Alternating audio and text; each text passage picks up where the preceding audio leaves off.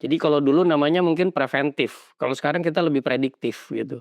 Jadi nggak cuman lagi, kita ngejaga, gimana sistem ini sebelum terjadi, kita sudah bisa prediktif, apa yang akan terjadi gitu. Dan yang paling, menariknya sebenarnya di AI Ops ini ya, kita bisa melakukan automation berdasarkan workflow yang, kita bisa tentukan. Jadi ketika ini terdeteksi, kita bisa melakukan action sekaligus dengan, ya tentunya ada workflow lah, bentuknya seperti approval dan lain-lain gitu ya. Nah itu sangat, menjadikan lebih efisien dalam hal operasional.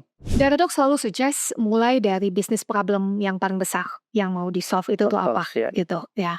Jadi, it's not just about punya AI Ops in the first place, tapi apakah kita men-solving business problem yang paling besar, Mhm, gitu. mhm. Jadi misalnya ada banyak insiden yang terjadi, business impact-nya itu seperti apa.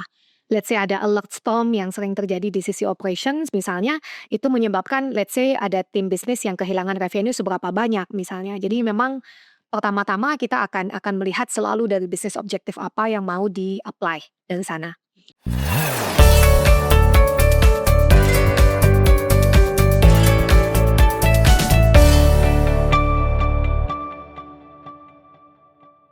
Hai Mas Rian, kembali lagi bersama saya Ino di Master Talk, Inspiration Talk with the Master. Mas Rian, sekarang kita itu hidup di era di mana lingkungan IT itu sudah sangat kompleks. Jadi ada multi-cloud, ada microservices, dan juga data itu tumbuh dengan luar biasa pesatnya. Nah, di tengah kompleksitas itu, AI itu hadir bukan cuma sebagai tren aja loh, tapi juga sudah menjadi kebutuhan nyata. Dengan AI, sekarang ini observability bisa dilakukan dengan lebih cerdas, otomatis, dan juga prediktif, bukan lagi sekedar reaktif. Nah, karena itu di episode kali ini kita akan bahas topik yang lagi hangat banget nih di dunia IT operation, yaitu AI Ops. Sudah hadir dua narasumber kita, ada Ibu Karina Gunawan, Regional Director dari Datadog, dan juga Bapak Dede Wahyu atau Pak Dewa, General Manager Cloud dan Security PT Master System Infotama Tbk. Halo Bu Karina, halo Pak Dewa. Oh, Gimana kabarnya hari ini? Baik, Baik. makasih banyak untuk undangannya. Wow, luar biasa ya. Nah, hari ini saya akan eksplor bersama nih dengan Bu Karina dan juga Pak Dewa ya. Mungkin saya pertama ke Bu Karina dulu nih. Mungkin bisa diceritain sedikit nih Bu Karina tentang apa sih sebenarnya AI Ops itu, gimana konsepnya, kenapa sekarang ini mulai banyak dibicarakan gitu ya, dan mungkin bagaimana Datadog melihat konsep itu sendiri. Dan mungkin ada Mas Tarian nih yang penasaran, Datadog itu sebenarnya apa sih Bu? Boleh ya, untuk pertanyaannya. Jadi mungkin saya mulai dengan memberikan informasi dulu mengenai Datadog itu sendiri apa gitu ya, karena mungkin banyak teman-teman Masterian yang bertanya-tanya apa sih Datadog sebagai salah satu teknologi platform gitu. Datadog sendiri dibangun di tahun 2012, berarti saat ini kita sudah ada di market sekitar belasan tahun saat ini dan sudah ada di Indonesia sejak tahun 2017 actually. Datadog merupakan end-to-end observability and security platform ceritanya. Jadi kita mulai dengan observability, lalu kemudian makin ke sini juga kita melakukan banyak sekali ekspansi ke beberapa lini bisnis termasuk security dan cloud service management. Dan saat ini in total kita sudah memiliki lebih dari 30 produk untuk menunjang AI Ops itu sendiri. AI Ops itu sendiri secara harafiah kita tahu mungkin it's artificial intelligence for IT operations. Tujuannya adalah untuk membantu tim operations untuk bisa mengambil keputusan lebih cepat, lebih efisien, dan lebih efektif. Lalu kemudian tentunya yang paling penting dari sana adalah dari sisi pengolahan datanya itu sendiri gitu. Jadi bagaimana AI Ops ini sendiri membantu untuk mengkolek data sebanyak mungkin yang datang dari banyak different data sources. Lalu kemudian bagaimana kita mengimplementasikan banyak sekali intelligence seperti proactive anomaly detections, outliers, forecasting, dan beberapa feature-features lain untuk membantu tim IT operations mengambil keputusan yang lebih efisien dan tepat guna gitu. Oke. Nah, sekarang kalau dari konsepsi AI Ops itu sendiri, ada yang mau dieksplor lagi Bu? Ya, jadi kita melihat bahwa AI Ops itu sendiri tidak hanya dari sisi pengolahan datanya gitu ya. It's not just about the data, tapi apa yang teman-teman bisa ambil, keputusan apa yang mereka bisa lakukan. Konteks apa yang mereka bisa dapatkan dari platformnya itu sendiri yang membantu pengambilan keputusannya gitu. Jadi tentunya untuk kita bisa ke sana, AI Ops itu sendiri harus ditunjang oleh platform observability yang memang mumpuni gitu. Dari sisi pengumpulan data, dari sisi penerapan algoritmanya, Karena kan pasti kita let's say datanya nggak boleh sampling, for example, platformnya harus mendukung pengumpulan data yang sangat banyak tanpa adanya roll up dari sisi data misalnya. Jadi ada banyak hal yang dibutuhkan untuk bisa AIOps itu sendiri diaplikasikan dengan baik dan benar. Oke, kalau gitu.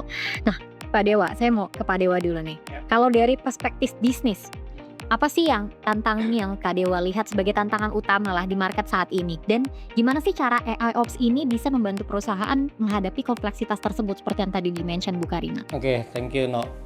Jadi kalau dari landscape bisnis gitu ya, seperti yang tadi udah Bu Karina jelasin, itu sebenarnya the big challenge-nya itu adalah kompleksitinya. Gimana IT itu sekarang kita kenal udah ada multi cloud. Kemudian kolaborasi antara big data dan machine learning itu sekarang udah secara masif, udah hampir semua company menggunakan itu gitu kan. Nah, dengan adanya kompleksitas itu pasti akan ngedorong satu company ini gimana caranya supaya bisa lebih efisien dalam hal operation gitu. Nah, mungkin AIOps ini adalah yang menjadi kunci untuk jawaban itu. Jadi kalau menurut saya AIOps ini bukan cuma sebuah tools lah. Ini investasi strategis gimana cara kita untuk bisa menjaga keberlangsungan operasional supaya lebih maju dan bertahan seperti ngikuti perkembangan zaman. Oke. Tadi seperti yang Pak Dewa mention juga kan sekarang makin kompleks ya dunia IT ini, dan bisa jadi juga ekspektasi user juga makin tinggi nih terhadap performance-nya. Nah, dengan kondisi seperti ini, Bu Karina, gimana sih Ibu melihat perubahan paradigma dalam cara organisasi memandang tentang monitoringnya, Bu? Ya, kamu tadi raise a very important points gitu ya, karena kan customers itu ekspektasinya semakin tinggi itu ya. Jadi yang paling sering dan paling banyak kita dengar dari banyak customers kita itu tuh adalah karena ekspektasi customersnya juga berubah, tentunya cara tim untuk beroperasi atau cara mereka untuk bekerja satu sama lain juga menjadi semakin berubah juga gitu, karena ekspektasi customersnya juga selalu semakin tinggi gitu. Yang paling terutama yang kita lihat itu IT saat ini sudah tidak lagi hanya keeping the lights on ceritanya ya. Jadi udah nggak cukup nih kita cuman mungkin reporting let's say CPU berapa persen atau SLA saat ini sesuai dengan ekspektasi atau enggak gitu ya Mas. Itu tradisional lah. Betul. Jadi udah nggak cukup untuk keeping the lights on. IT saat ini diharapkan sekali untuk bisa menjadi enabler bisnis gitu. Yang artinya adalah kita di IT itu sendiri untuk tim operations misalnya mereka sudah tidak cukup hanya memberikan laporan kalau sistem itu let's say nggak ada masalah misalnya. IT operation sendiri saat ini sudah di-expect untuk bisa melakukan prediksi atau membantu tim bisnis untuk tahu nih kalau misalnya ada new products atau new applications yang mau di-launch, IT itu sendiri sudah harus tahu apakah capacity yang diberikan itu sudah sesuai. Kalau let's say ada anomali yang terjadi di jam-jam tertentu, bagaimana tim IT bisa membantu agar itu tidak mengimpact bisnis misalnya. Jadi yang kita lihat saat ini yang paling utamanya itu adalah IT tidak lagi hanya keeping the lights on, tapi benar-benar untuk bisa enabling the business itself. Gimana sih kita membantu perusahaan untuk bisa launching new product lebih cepat, time to marketnya jauh lebih massive misalnya, dan memenuhi kebutuhan customer-nya itu sendiri. Gitu. Oke. Nah, Pak Dewa, kalau tadi dari sisi monitoring, nah sekarang kalau dari sisi implementasi, gimana sih Master System ngelihat peluang AI ini dalam membantu tim operasional IT supaya bisa kerja lebih efisien? Oke, berbicara efisien ya, tadi juga udah dijelasin detail sebenarnya oleh Bu Karina ya. Tapi mungkin yang kita coba mau highlight, ya yang tadi, kalau kita dulu tradisional itu kita mengerjakan sebuah analisa itu harus mengumpulkan datanya manual. Betul. Dan silo-silo, terutama biasanya nih apalagi begitu udah kompleks gitu ya, data ini bentuknya silo-silo gitu kan. Nah itu agak lama untuk mengumpulkan data tersebut. Belum lagi mengolah untuk gimana cara mengkorelasikan antara satu komponen dengan komponen lainnya. Tadi IT nggak cuma bekerja untuk saat ini gitu kan, tapi gimana kita bisa juga memprediksi. Jadi kalau dulu namanya mungkin preventif, kalau sekarang kita lebih prediktif gitu. Jadi nggak cuma lagi kita ngejaga gimana sistem ini sebelum terjadi, kita sudah bisa prediktif apa yang akan terjadi gitu. Dan yang paling menariknya sebenarnya di AIOps ini ya, kita bisa melakukan automation berdasarkan workflow yang kita bisa tentukan. Jadi ketika ini terdeteksi, kita bisa melakukan action sekaligus dengan ya tentunya ada workflow lah, bentuknya seperti approval dan lain-lain gitu ya. Nah itu sangat menjadikan lebih efisien dalam hal operasional, Mbak Ino. Nah, Bu Karina, tadi kan Bu Karina sempat mention juga tentang Datadog sudah ya dapat banyak verifikasi dari beberapa research lah ya Bu ya. Nah, karena Datadog ini platform monitoring dan observability, kan yang kita tahu emang solusinya strong banget nih di observability log-nya nih.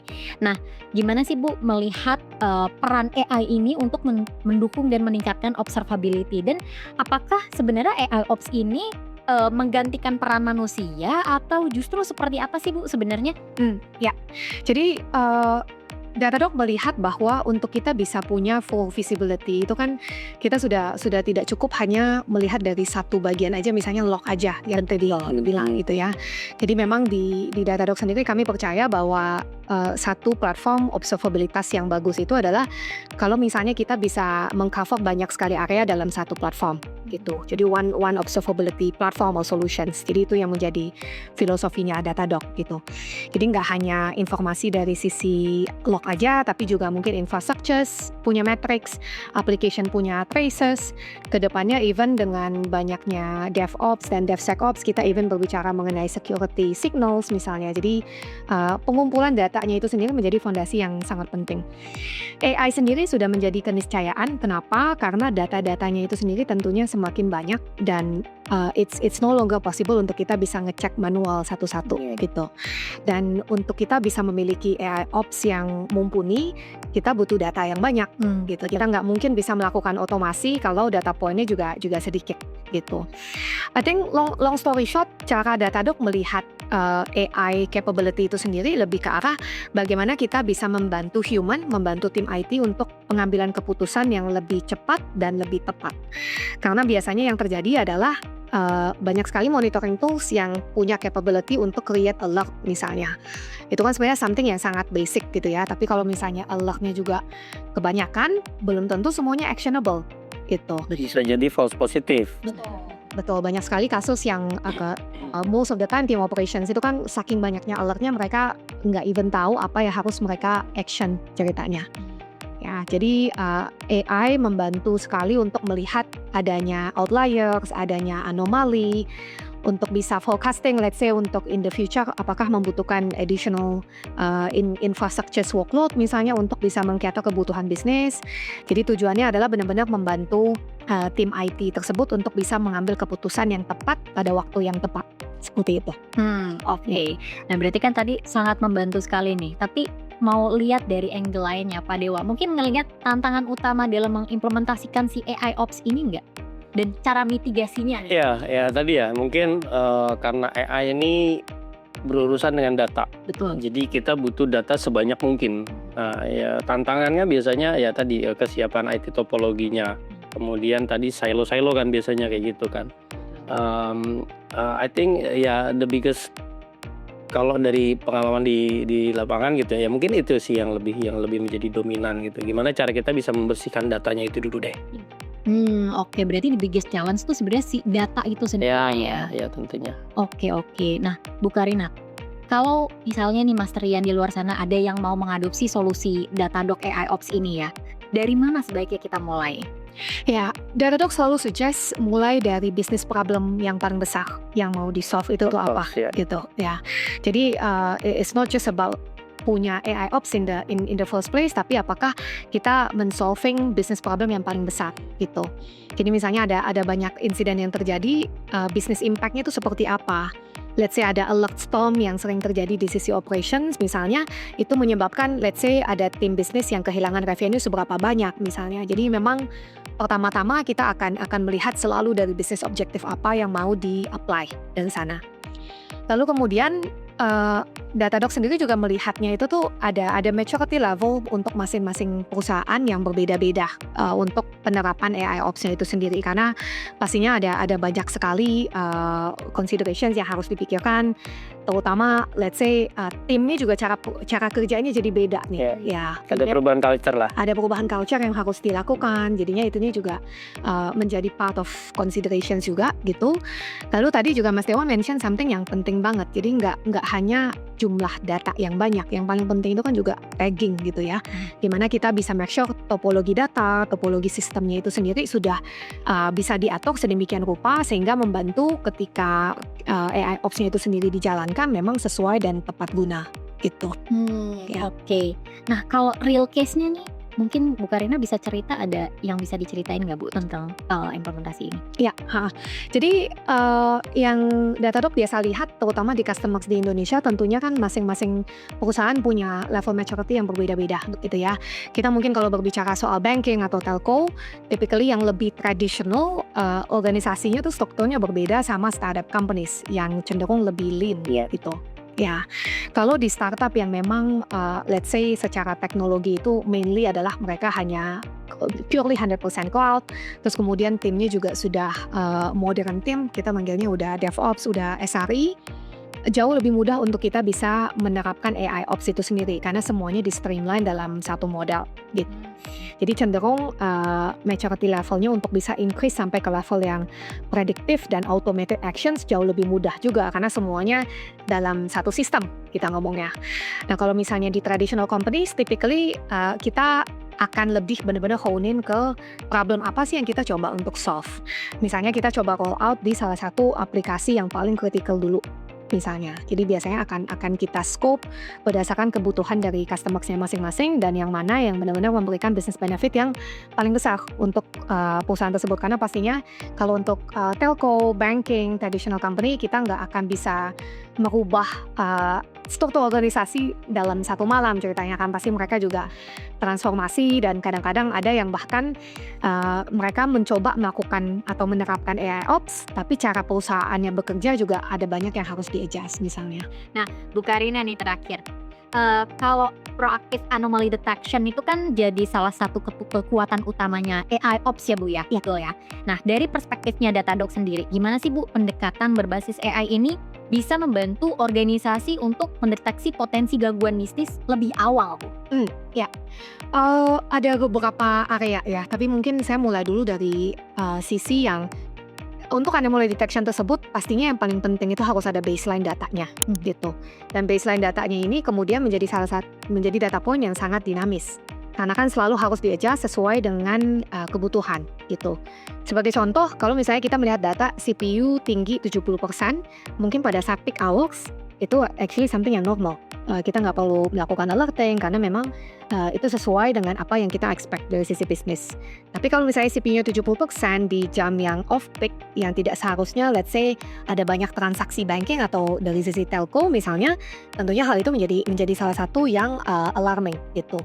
Nah, untuk anomaly detection itu sendiri tentunya membantu tim untuk bisa predict apa yang kemungkinan bisa terjadi in the future gitu. Jadi kedepannya kalau misalnya ada error yang bisa di-prevent sebelum itu terjadi, itu bisa dilakukan. Dan kita kalau di Datadog sendiri juga di platformnya kita ada workflow automations untuk bisa automate beberapa actions sehingga hal itu bisa dilakukan dengan lebih baik ke depannya. Itu kayak luar biasa sekali Min. Tadi sudah dijawab dengan sangat lengkap ya. Ya, lengkap sekali. Mungkin Pak Dewa ada yang mau ditambahkan sebelum kita closing? Ya, mungkin melengkapi saja ya, karena kalau tadi kan lebih ke gimana infrastructure, kemudian application gitu ya. Tentunya di awal pembahasan juga kita tadi sempat mention gimana big data dan machine learning ini atau AI ini sudah di-adopt oleh banyak industri gitu kan. Ya ini juga gimana Datadog ini juga bisa melakukan atau membantu kita dalam memonitor lebih lanjut untuk AI yang sudah kita develop tadi gitu Mbak Ino. Ya. Dari Bu Karina ada yang mau ditambahkan? Ya, jadi tadi Mas Dewa I think something yang lumayan menarik gitu ya, karena kita tahu saat ini sebenarnya AI-nya itu gak hanya AI Ops-nya, tapi dengan banyaknya aplikasi yang di-build oleh perusahaan AI applications, tentunya ini menjadi tantangan baru untuk semua orang gitu ya, karena pasti masih eksplorasi, terus kemudian ada banyak sekali resiko yang berkaitan dengan aplikasi-aplikasi yang dibangun. Dan investasi di AI ini juga tentunya harus ada benefitnya ke perusahaan itu sendiri gitu. Datadog sendiri melihat AI itu dari dua sisi. Jadi AI Ops is one thing, jadi embedded agentic AI dalam platformnya kita yang tadi kita bahas mengenai anomaly detections, outlier, forecasting dan segala macam. Di kita juga kita memiliki AI observability features juga. Jadi gimana sih kita bisa melihat kalau misalnya model yang di-build sama company atau perusahaan tersebut sesuai dengan ekspektasinya mereka. Apakah ada drift, apakah ada anomali yang tidak sesuai dengan prediktif. Jadinya tujuannya adalah untuk membantu memastikan kalau AI applications yang di-build itu sesuai dengan investasi, sesuai dengan result yang mau di-expect dari AI tersebut gitu. Jadi ya saat ini lumayan menarik sih use case yang kita banyak lihat di lapangan, terutama untuk yang AI observability itu sendiri. Oke, ternyata banyak sekali yang menarik nih ya dari yang disampaikan tadi Bu Karina dan juga Pak Dewa ya. Dan Mas Rian semua dari obrolan kita tadi terlihat banget nih bahwa solusi AI Ops terutama yang di-deliver sama Datadog bukan hanya bisa mempercepat respon kita terhadap insiden, tapi benar-benar mengubah cara tim IT bekerja dari sekedar reaktif menjadi proaktif dan lebih efektif. Terima kasih juga Bu Karina dan Pak Dewa untuk waktunya hari ini sudah sharing banyak tentang AI Ops, dan terima kasih juga Mas Rian yang tetap setia menonton Master Talk. Jangan lupa untuk saksikan terus Master Talk di channel YouTube-nya Master System Infotama. Subscribe, like, komen, dan share ke seluruh sosial media yang kamu punya. Saya Ino pamit undur diri. Master Talk, Inspiration Talk with the Master.